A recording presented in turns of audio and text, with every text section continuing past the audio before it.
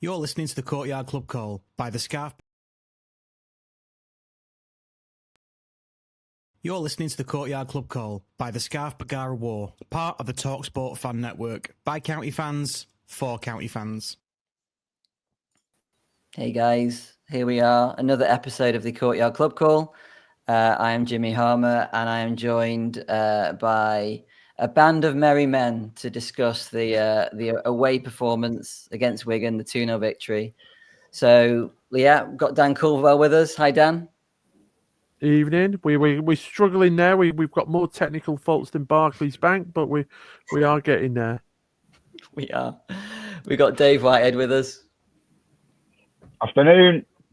Nice. And Dan Johnson as well. Thanks for joining us, Dan. Yeah, no, thank you for having me on. No worries. So, Mr. Culverwell, please take us through that starting 11. Yeah, no worries. So, from the Bristol Rovers game, there was one change. Probably an expected change, really, if you listen to Dave's pre-match interview. Brad Hills came out of the team. Obviously, he hasn't had much game time at Norwich this season, and he's played 2 games in back-to-back in short space of time, in 90 minutes in both. Carl Noel came back into the team. So, starting 11, obviously, Ben started in goal. Back 3 now of Ethan Pye, Callum Connolly, and Carl Noel. You had Jack Diamond playing as a right wing back, Ibi Toure as your left wing back. Midfield pairing of Moxon and Ollie Norwood. Will Collar, I've had him in the hole again with Tanto and Wharton up front. So that's how I had the formation of 3-4-1-2. Obviously, if you think it's a little bit different than that, then obviously put in the comments what you thought that formation was. Yeah, nice one. Thanks, Dan. So I've clipped up a little bit of a recording from Dave, and I think it sums up the game quite nicely. Let's listen to this.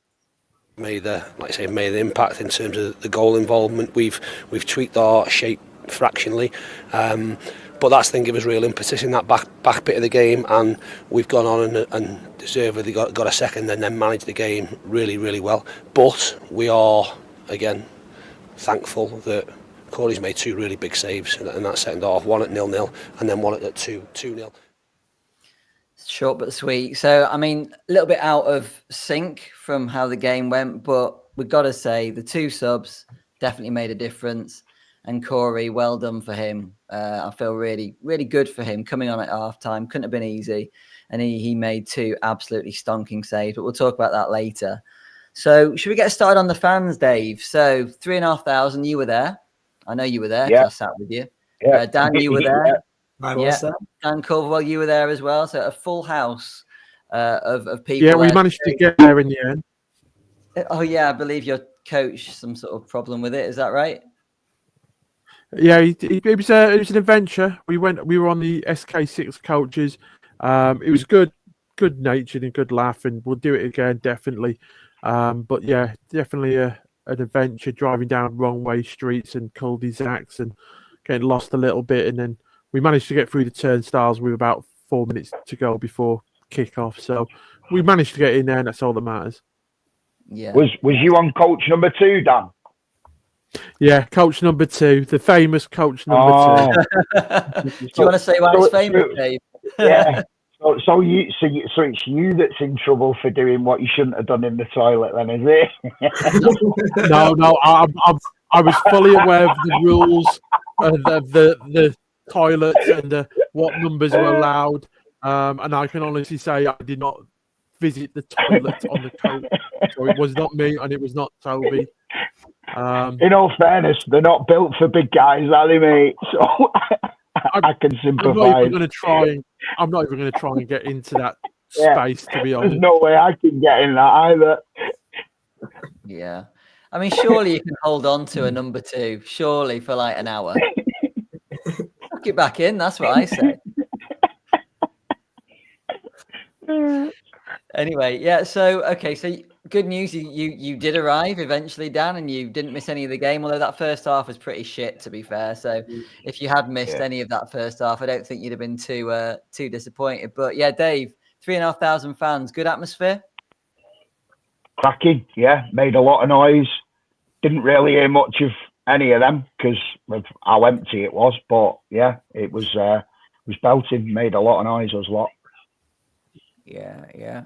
Dan, what did you think of the Dan Johnson? What did you think of the first half? It was certainly one of the first halves of all time. Things happened. I can't remember any of it because I don't know. It was just all a bit shit, to be honest, wasn't it? Yeah, I mean, I've got to say, and I know it's difficult for him, but Moxon needs a bit of time, doesn't he, to sort of get into the way that Dave wants to play. And obviously he's been thrown in, I'd say at the deep end, to be fair, because of those midfield injuries that we've had. Obviously, Bate and Camps are on the bench, but weren't deemed fit enough to start. So our only two midfielders, although Bailey, obviously, he was left out of the matchday squad completely. Dave obviously alluded to this in his post-match, saying that people are going to start being left out of these sort of matchday squads. You could have argued that he could maybe have got into central midfield, but Dan, are we convinced that Bailey's a central midfielder? I'm not sure Dave is. It depends on the game, to be honest. It depends on the game, the formation, the opponents. He's shown he's more than capable of playing that role alongside Norwood in games this season. So it's horses for courses, I think, a little bit. It depends on what you're facing up and how you want to play and what that midfield is going to do for you. So yeah, I'd like to say, a big fan of his. They've all the players have got a part to play in it this season. So yeah, he's not involved obviously this weekend, but he will, between now and the end of the season, he will have a part to play in. Yeah. So let's get on to the first half stats then. So 0.5 XG for us, 0.17 for them, 6 shots for us, 4 for them. We only had a couple on target. I tell you what, that James Tickle guy, Dan Johnson, you were a goalkeeper, weren't you? Oh, you are a goalkeeper, sorry. You've not retired like all of us from football, from playing football. You say that. I don't play football anymore, though, Jimmy. Yeah, but that James Tickle, would you take him? Sam Tickle. Oh, is it Sam Tickle? Yeah, Sam Tickle. In fact, would you take Sam Tickle? Yeah, I would take that Sam Tickle. I think there was only like one moment in that match where I thought he made a mistake, and that was just kind of oofing it out for no particular reason. But apart from that, he's proper good. Like, really good reactions, makes the right decisions most of the time. And yeah, I'd absolutely have him in my net. Yeah, I agree. So we made him make a couple of saves. So in that first half, I'm trying to remember. Dave, can you remember what our chances were in that first half? Because I can't. Pie at the back post, where he sort of shot down into the ground, and Tickle made a cracking save. And then I think the other one was one where he tipped it over. It was about 3 in the first half, I think, actually. One where he sort of pushed it wide from a shot. I can't remember who that was from, though. I didn't have my good glasses on, so I couldn't see that far down the pitch. Was it? There was definitely three opportunities there in the first half that he made 3 very good saves from. Yeah. So, unless anybody else wants to talk about that first half, I was just going to say the only highlight, wasn't even a highlight, it was a low light, was Ben getting injured. He made a decent save with his feet, didn't he, Dan? And then held what I thought was his hamstring, but it turned out to be his groin, didn't it? It looks like he's going to be out for a little bit of time. Yeah, I mean, the first half, Dave Challoner talks a lot about control, controlling the game and stuff like that. And that first half just seemed to be a wide open game, very sort of ding dong. They'd have attack, we'd have attack. It was very open, very end to end, and very unlike County at times, actually, that first half. With Ben, sort of like, I don't know what actually happened. It was like a series of events, and I don't know if they're all connected to each other. He made a clearance and then ended up having a bit of a roll after he made the clearance and a bit of a tumble. He got back on his feet. Then a few minutes later, he's stopped a shot, real powerful shot with that sort of right foot, right leg. He's kicked it away. And then sort of a couple of minutes after that, he's gone to then clear the ball and just ended up pulling up straight away. So I don't know if it's any one of them events that's done it. Obviously, it's very rare that we see Ben leaving the pitch or actually going down needing treatment. Full stop. But yeah, I don't know if is it a 3-week one or is it a 3-month one. It certainly gives Addai a chance, though, doesn't it? And that's let's just move it into that second half, because I think the thing that I sort of felt with that second half and the thing that Dave, I think, would have been frustrated with was that we kept on, we sort of reverted back to bad habits, didn't we? We were hoofing the ball, crossing from very, very deep. Ibu Toure, I mean, geez, the amount of times that he was crossing from like 30 yards out. Players like James Carragher, they're going to love heading balls when it comes in from that sort of angle, isn't he, Dan? I mean, Dan Johnson, were you as frustrated as I was with the way that we sort of approached that second half, certainly until the subs came on? It was very sloppy. I mean, from all parts of the pitch, the centre-backs just seemed to want to hoof the ball up a little bit too much. Moxon was playing a few loose passes here and there. I even thought Norwood, Ellis was putting it out next to me. We weren't switching the ball enough. We had a wide open flank like every 5 minutes, and we just didn't want to switch the ball for some reason. And when we did, we got a little bit of a charge down the opposite flank, and if it came to, it didn't really come to anything in the end. But it's just having that opportunity to actually make something happen and just not taking it, which was the frustrating thing. That happened quite a lot throughout the first half as well. So. Yeah, I think it was very much a case of just the lads being sloppy rather than anything else. Dave, were you as frustrated as I was? Yeah, I mean, a lot of times, I think the issue with not switching the ball was quick enough was the fact that I think there's probably only Ollie Norwood that had the power and accuracy to actually switch the ball because the pitch was so bloody wide. That's probably why they were like, no, I'm not even going to reach him.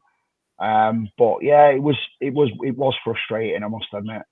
I think it's all well and good switching the ball, but if you switch it and then the player that receives it then just stops, thinks that he's not got the pace to beat his fullback or whatever it was, and then just passes it back, what's the point? And that's what we were doing throughout that game, really, until those subs came on. And I just want to talk about so we took Moxon and Diamond off again, probably the two weakest players on the day, I'd say. I mean, Jack made some decent runs, I guess, but again, it's that final ball, that final decision not quite working. And as we've already sort of alluded to, Moxon is still finding his feet when it comes to getting match fitness. And also Dave, historically, players coming into like a Dave Challoner side takes them weeks and months to actually work out exactly where and what he wants them to do. So Bate and Camps coming on 69 minutes, that made a massive difference, didn't it, Dan Johnson, to us? Absolutely, yeah. I think Camps was the one that I noticed the most, because he was making a lot of little runs up and down up and around the front line, and I don't think Tanto was doing that all too much during the match. At least I didn't notice much of it. I think the main thing for us there was the fact that we were dragging another centre back out, we were dragging another midfielder out, and with Camps providing a little bit more versatility up the front line, he then caused Wigan to panic a little bit, and that's how he managed to receive the ball and then play it in for Bate to come in and just absolutely blast it into the top corner. Hitting the byline's the key, though, isn't it? Absolutely hitting the byline, because we just weren't doing it before, and I think that's potentially the main thing that we've lost since Louis Barry has left. Having a player that can hit that byline. Tanto did try it, as you say. He did try it a few times in the first and second half, but he's not quite got that quality to maybe get that pass that Camps has. So before that happened, Corey Addai, Dave, that save with his foot, That save with his foot. I mean, you wouldn't have seen the replay in the ground because you were sort of quite high up in effectively upper tier 1, if you look at the Cheadle end. So me and Chloe, we moved down at half time, so we wanted to be a little bit closer to the centre and to the goal. And we were like, oh, there's a massive screen there, like a really, really good screen playing the game. So after that save, I mean, he did so well, because that striker should have scored that, shouldn't he? Absolutely, of course you could. Yeah, 100%. Twice on a Sunday as well. But it was just one of them where I'm probably not the only person that when Ben went off had his head in his hands going, oh no. We all know probably what's going to happen, but he proved everybody wrong, and fair play to him, and that's what he's there to do. Dave often goes on about players taking their chances when they come in. He wasn't warmed up, he wasn't ready. You wouldn't. It's very rare that keepers actually get subbed off in games anyway, unless there is an injury. And he came on, and let's be honest, he pulled off 2 belters that essentially gave us 3 points really on the day, and fair play to him. And I'm hoping that now he's done that and he can kick on, and his mistakes that he'd made previously in the season disappear, and hopefully contributes to the rest of the season, or until he decides that Ben's going to get back in. But will he actually? I don't know, because it's one of them. He said that he's got 2 number 1s, so I don't think he'll change again now when Ben's fit again, unless he starts making mistakes again, which hopefully that doesn't happen. Hopefully he kicks on and he cracks on with everything and just starts playing as he should now. Dan, are you pleased to see Addai making a couple of good saves? Yeah, I mean, like you say, he deserves his chance again. He's a good goalkeeper. That's why we've bought him. We've not bought him somebody that's unknown or not proven at Football League level. We know he's got the ability. I mean, same again, it's obviously them 2 saves were at the opposite end of the fan, so maybe we didn't appreciate him initially straight away until, like I say, we caught a glimpse of it. And I think, like I say, when everyone looked at it on the TV and realised how good of a save that one, the first one was at 0-0. Same again, the bit I liked, for me, the criticism of Corey has always been his hands are not very sticky. When he saves stuff, he always had a habit of powering it back into trouble, where the saves that he's made, he's managed to push them out or get it away from the goal and not actually put it in the path of somebody to tap it into the net. So, hopefully, settled back 3 as well in front of him at the moment. So hopefully that's good news. So yeah, it's his shirt now, and we just have to get behind him. Yeah, he had to make a save pretty early on in that second half, and it was relatively close to him, but it was low down. And I noticed that I felt that he dropped quicker maybe than he had been doing. That was one of the criticisms, wasn't it? That he's such a big guy. Getting to the ground is quite difficult for him. But I did think, he dropped a little bit quicker there. He came off his line as well. Straight after, I'm sure Ellis sort of said, "Oh, he's just come off his line. He's come off his line." That was the end of the first half, actually. So that was good. But there was a little bit of an uncertainty, wasn't it, when the ball flashed across the 6-yard box, I think it was, and the defender was sort of waiting for him to come for it, and he didn't, and like the striker had a bit of a chance to maybe do something. But he's definitely a work in progress, and I'll say to anybody, and I mean, like we had a couple of people behind us in the second half, and as soon as he came out the second half, this guy was saying to his mate, "Oh, he cost us points at this place and that place," but I'd say the guy has got the physique, to be a good goalkeeper. He's 6'8", You can't train a 6-foot goalkeeper to grow 8 inches, But I think what we've done, Nick Colgan, I think we've thought, okay, well, he's raw. He's 27. He shouldn't be raw, but he is raw, and he's someone that we've obviously identified as somebody that we can make better. Okay, and I do think the 3 months that we've not seen him for, he has become better. He did well at Crystal Palace. Got to remember that as well. He's like a cup goalkeeper. Didn't do anything wrong there. Couldn't have saved the Eze shot. I don't think. I think a few people said, "Oh, maybe he could have gone across," but I think that was unfair. So I think Addai, I think it's going to be a lot of pressure on him. But as you say, Dan, he has got a good defense in front of him, a settled defense, a defense that's not conceding many goals. Let's face it, and a lot of those have got nothing really to do with Ben. If you analyse the last 5 or 6 games, how many saves has Ben actually made? Dan Johnson, can you really remember that many? It's really been down to the defense just keeping the opposition from shooting, really. Yeah, I mean, nothing springs to mind. I mean, when we have conceded, it has always been a case of what could Ben have done there. There's nothing much he could have done. No, like nothing's jumping out at me. But back to Addai, it's more. There's a lot more there, if you know what I mean.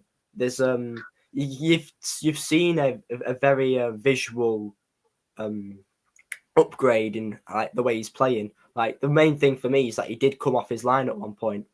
Like when you're 6'8", all you have to do is like come off your line, stand there and catch it. And most players can't really jump that high and head the ball from there, can they? So I think he just needs to get a bit more comfortable in playing slightly more sweeper-like rather than just sticking on his line like Diea would or something. And I think he'd be a top goalkeeper. It's just training that into him now. Yeah. Spot on. So we talked about the Bate goal, cracking finish on his left foot. I sort of felt it favoured a right footer the way the ball was coming to him, but he sort of opened his body beautifully, just controlled it, didn't he? Like that shot into the keeper's left, beautiful finish.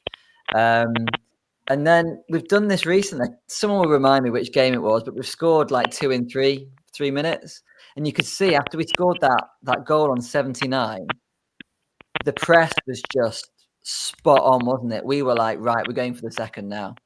And you could just tell that we were really up for it. And that goal from Collar, again, amazing work from Camps, who he just gets better and better and better, doesn't he, this guy? I mean, to think that when he was a League 2 player with us, we were like, what have we got this guy for? We've got Sars and Crowsdale and who was the other midfielder? Can't remember. Anyway, whoever it was, keeping Camps out of the team. But I mean, Camps, Dave, has been a revelation, hasn't he? And he really is. If he's fit, he has got to be one of the first on the team sheet, surely. Absolutely. If he's been fit all season, he's got to be up there as one of the candidates for player of the season so far. I mean, like you said there, he changed that game when he came on. There's not many players on that pitch. When that ball got fed into him for the first one off Norwood, it was played in quickly to him. Yeah. You know, and if that's someone like Tanto, that's hitting his leg, coming off his shoulder and going out for a throw-in. Yeah. You know, but Camps just took it, killed it, played it, crossed it in, goal, belting. What more can you ask for? You know, he's done really, really well when he has been able to play, and long may that continue. You know, he's been cracking. I've always seen when Camps comes on, if we're struggling a little bit in the game, there's always a little bit more of an air of calmness about the team. We control stuff a bit better, we get the ball down and we play it a little bit better. And it really showed against Wigan yesterday. There was just seemed to be this air about the team. Like as soon as he came on, it was just okay. We can safely play the ball to him, and we know something might happen. And well, something happened, didn't it, when Norwood fed him the ball in that beautiful area? So yeah, I think he is a massive game changer for us, and I'm really glad he's like proper stepped up too. Yeah, you can see when Camps is on the pitch, he picks up good spaces and positions on the pitch, and when you've got Norwood, like you said, the word there is Norwood, isn't it? If players that find space, he will find them and pick them out, and you can see them two linking up really, really, really well. once Camps on. And like I say, speed of thought, football intelligence. But like you say, they both bring the best out of each other when they're on the pitch at times. So 82 minutes, we're 2-0 up, Dave, and the Wigan fans, to be fair, the Wigan fans were leaving in their droves after they went 1-0 down, which was just, I mean, that is just bizarre. They're still in the game. As soon as they went 2-0 down, that was it. It was like the fire alarm had gone off. They just all got up and like fed up, disappeared. Right, done, out of there. See you later. Fed up. Yeah, it was quite amusing when they all just got up and went, right, I've had enough, legged it. But imagine we're having to watch football in that stadium every week. I'd be depressed. It's awful. Yeah, it's probably. I wonder if it's any better for the rugby. I don't know. I'd have thought it would sell out for the rugby. I mean, it's got to, surely. No? Yeah, God knows. It does. It sells out for rugby. Does it? Oh well. Yeah. Must all be playing with odd-shaped balls or something then around that sort of part of the world. Before we move on too far, can we just go back to half time and talk about the corrupt Zorb football that was going on? Oh my word, that was disgusting. He was feeding the ball straight to the bloody Wigan. I know. Cheating of the highest quality. Yeah. Cheating. Yeah. I mean, to be honest, though, it's Zorb. You've got a big, massive inflatable thing like a sumo suit. If that was me, I'd be just running at that Wigan lad and sending him into the stand. You know, don't forget the football. I'm just absolutely barging into him, and he's going flying, and then I'm just tapping the ball into an empty net. Could you imagine if it was me v you, Dan? You wouldn't have a chance. I wouldn't have even fitted into that ball, mate. Yeah. I think I'd have probably, I don't know what I'd have done if I'd been, but I would definitely have been on the floor most of the time, Dan. I wouldn't be able to get up either, I don't think. But, fixed, definitely. There should be some sort of inquiry into that. I don't know whether it sort of fed into some sort of national championship result or something, or whether it was a one-off. I think we need to send in a strongly worded letter. The officiating in this country has gone so downhill. Yes. I'm sure there'll be somebody having a meeting with the CEO at the club moaning about it sooner or later. Yeah, probably. Yeah, so I mean, from a second half point of view, to be fair, they had an XG of 0.94, so that most of that has come from that chance that Ronan Darcy guy missed. But they had 7 shots and we had 5. 4 for them on target, 4 for us on target. We had a load of possession, load of passes. I thought that, again, when the subs were made, we looked to move the ball a lot better. So before that, it was very much sideways, backwards. We looked a lot more positive when the subs came on. And I'd have thought we'd see at least one of those two starting next weekend. I'd have thought. I would like to say, whilst we're at it, before we had the subs, it definitely did feel like it was either going to be 0-0 or 1-0 Wigan. So, that just shows you how impactful the subs were in the first place. Yeah. And it's one thing he's often been criticised about, isn't it? Not bringing on the right subs at the right time. But you've got to give him credit this time. He made his subs. He brought them on, and they changed the game and got us 3 points. So I'll tell you one thing that I think one thing that he has started doing, and that is making reactionary subs to what they do. I always feel like he just waits to see what their subs are going to do, and then right, okay, we're now going to counteract them. Sort of rather than us making the first move. It's very rare that unless we've had an absolute shocker of a first half, it's very rare that Dave makes the first move when it comes to those subs. So I think sometimes you might just want to protect what you've got. 1 point's better than none sometimes. You know, it's got something to do with that, or might just be doing it on a game-by-game basis. Yeah, I mean, you've got the windows as well, haven't you, Dan? I think that's also another thing to take into account. Is it like three windows that you can make subs in? So we already lost one of them with Corey coming on just before half time. Yeah, to be honest, I've never really got my head around these substitute windows and times that you can make them and stuff like that. I think there was a game last week, weren't they, where they had a player that was injured that had to go up front because they'd used all their substitute opportunity windows and stuff up, and couldn't bring off an injured player. Yeah, it's a rule or something that's I don't really like. I think if you need to make a substitution, if you've got 5 subs, then you should be allowed to make 5 subs regardless when they are. I guess it's designed to prevent teams from like making one sub on 85, another one on 86, another one on 87, another to sort of break up like the time, add the time or something. But refs should be adding it on anyway. Speaking of which, Dan Johnson, did the ref have a good game? I think that he was a little bit biased towards us during the entire thing. I'm not going to lie.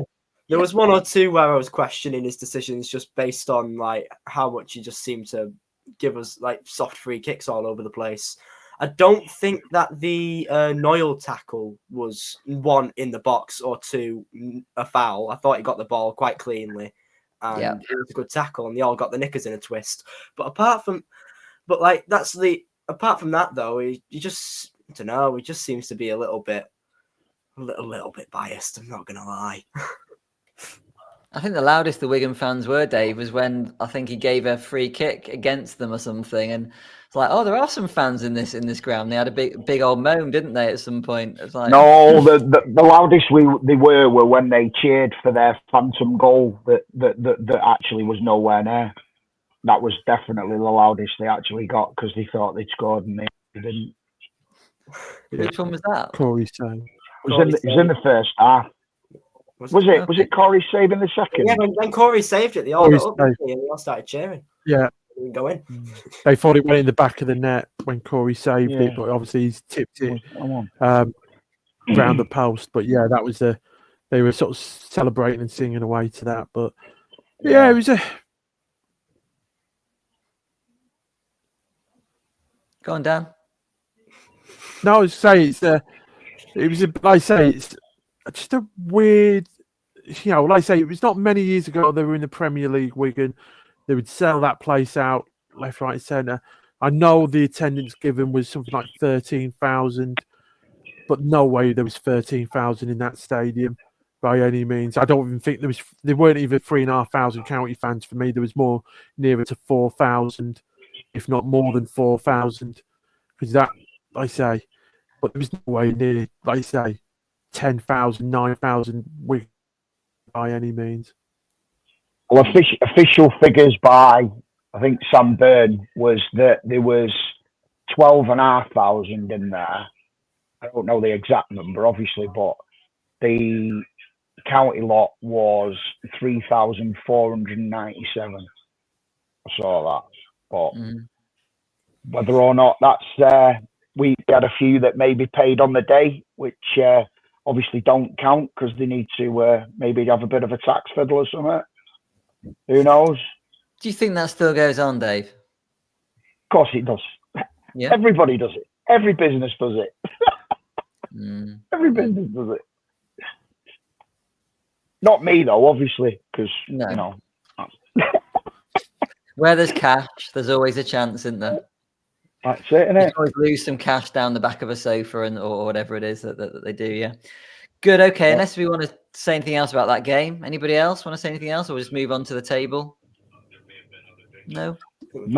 No. I think we've pretty much covered everything, haven't we, really? Yeah. Think so. Cool. So we're 4th in the table, guys. Birmingham, long gone. Yeah, they're going to win the league, aren't they? Wickham. Now, Wickham have drawn 3 in the last 5 games. Okay, so I was disappointed that Kone never went, did he? He was subject to like a £6 million bid from Luton in the window. Yeah. I think he stayed. That'd been good for us if he'd gone. But we're definitely snapping at their heels. They've played 30. Wrexham have played 30. Wickham are on 60 points. Wrexham 58. We played 2 more games than them, but we're on 57. I feel like we're looking up rather than down. What do you reckon, Dan Johnson? Do you reckon this could be 4 promotions in 6 years, or? Let's put it this way. I'm pretty sure Sam Byrne released a tweet the other day that said that we were about 13 points behind when we ended up winning the National League North, and about 10 points behind when we ended up winning like League Two in the season. So all I'm saying is that there's a very, very good chance for us to go and do something. Yeah. Definitely. Although Considering go on, Dan. Considering we still got, like I say, play them teams around us as well. You know, we've got to play Wickham, obviously, last game of the season. We've got to play Wrexham yet. I'm not that worried about the teams below us as such now. I think we sort of got a little, we're looking at Wickham and Wrexham opposed to looking at who's behind us in the playoffs. But even though we still got to play Huddersfield, we've got Lincoln, we've got Charlton, it's all in our own hands. And like you say, it's momentum, that little bit of, like you say, previous seasons where we're now starting to build an unbeaten run. Roll on. Saturday can't come quick enough at the moment. Yeah, it's almost a shame that we're not playing on Tuesday, because I do think that the whole squad is just very, very confident at the moment. And I'd have taken 4 points out of those last two games. Absolutely no question. If you'd said 4 points out of Bristol Rovers away and Wigan away, I'd have bitten your hand off, because one was a very long away trip on a Tuesday night, and the other one is a team who don't really concede that many goals. So, yeah, I'd have taken that all day long. See, with that Bristol Rovers game, the positives out of it may be just the fact that it's given us an opportunity to sharpen up and reflect on it, and the fact that we have to be really on it to the very, very the final whistle of the game. Otherwise, we will get points were snatched away from us.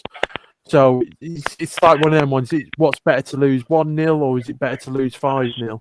Because the 5-0 gives you that shock, that gives you that reaction. And for me, I think the Bristol Rovers drawing it so late on is giving us a little bit more focus of what we actually need to do going forward, and any complacency that we may have had in the previous wins have definitely been sort of shook out of us a little bit.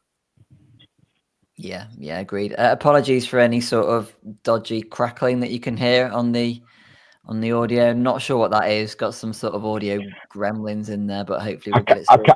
I can confirm it's not me eating a bag of crisp. Yeah, I can confirm that that no crisps have entered Dave's mouth during this podcast. So, as it was obviously Wigan, did any of you, obviously I didn't get a chance to have a pie, did any of you manage to have one of the famous Wigan pies? Or Yes. Not. I'm very, very disappointed, because it's a town known for pies, and the pies were quite frankly not up to snuff. So, the pastry was soggy because it was bloody like steam and was condensated. It's because it was in a plastic packet, cellophane packet, wasn't it? Yeah. So yeah, mine was rock hard at the bottom, and then the inside of it, there wasn't that much filling, and the pastry on top was all sweaty and soggy. But then when my uncle got one, his looked completely different than mine, which was bizarre. But anyway, I think I've got Ellis said before, and so yeah. Well, Ellis said on his pie review, didn't he, that last year he went there and they were a bit rubbish. And I'm inclined to agree with him this year after I've been and tested one myself. Not great. Beer was all right though, to be fair. You should have gone to Nando's like me. That was the one good thing. That was the one good thing actually about that ground. The fact that you had all sorts of coffee options, Costa and Costa. Well, we went to obviously a social club on the coach before we got to the ground, and it was like something out of Phoenix Nights. I honestly didn't think social clubs like that existed anymore. It was well out of the 80s, and last time it probably was decorated was out of the 80s. In all fairness, and yeah, it was definitely a Phoenix Nights sort of throwback. Probably still got a gas telly on the wall, mate. Yeah, something like that. Cool. Okay. Well, 40 minutes in. Should we wrap this one up then? So yeah, next game, Cambridge. Tune into the Wednesday pod. We've got a few bits and bobs coming up as well, haven't we? Haven't we, Dan? Which will be, I'm sure Russ will be telling everybody about. But listen out for some more Scarf Bagara War stuff coming very, very soon. But yeah, I think we're done, guys. So thank you for joining me, everybody. And we'll see you again soon. Thank you. See you later. See you later. Yeah, lads. And that's a wrap for this episode of the Scarf Bagara War. We hope you enjoyed the podcast. Remember, you can catch us every week on your favourite podcast platform, whether it's Spotify, Apple Podcasts or Google Podcasts. And a huge thank you to all of our Patreon members. Your contributions help keep the show running to bring the content you love. If you'd like to support the podcast and get access to exclusive special guest episodes, ad-free podcasts and a monthly giveaway, head over to patreon.com/the Scarf Bagara War. And don't forget to follow us on social media for updates, behind the scenes content and more. You can find us on X, Facebook and Instagram, all at County Podcast. Lastly, if you enjoyed the show, please leave us a review and share it with your fellow County fans. Your feedback helps us improve and reach more listeners. Thanks for tuning in, and we'll see you next time on the Scarf Bagara War. Come on, County!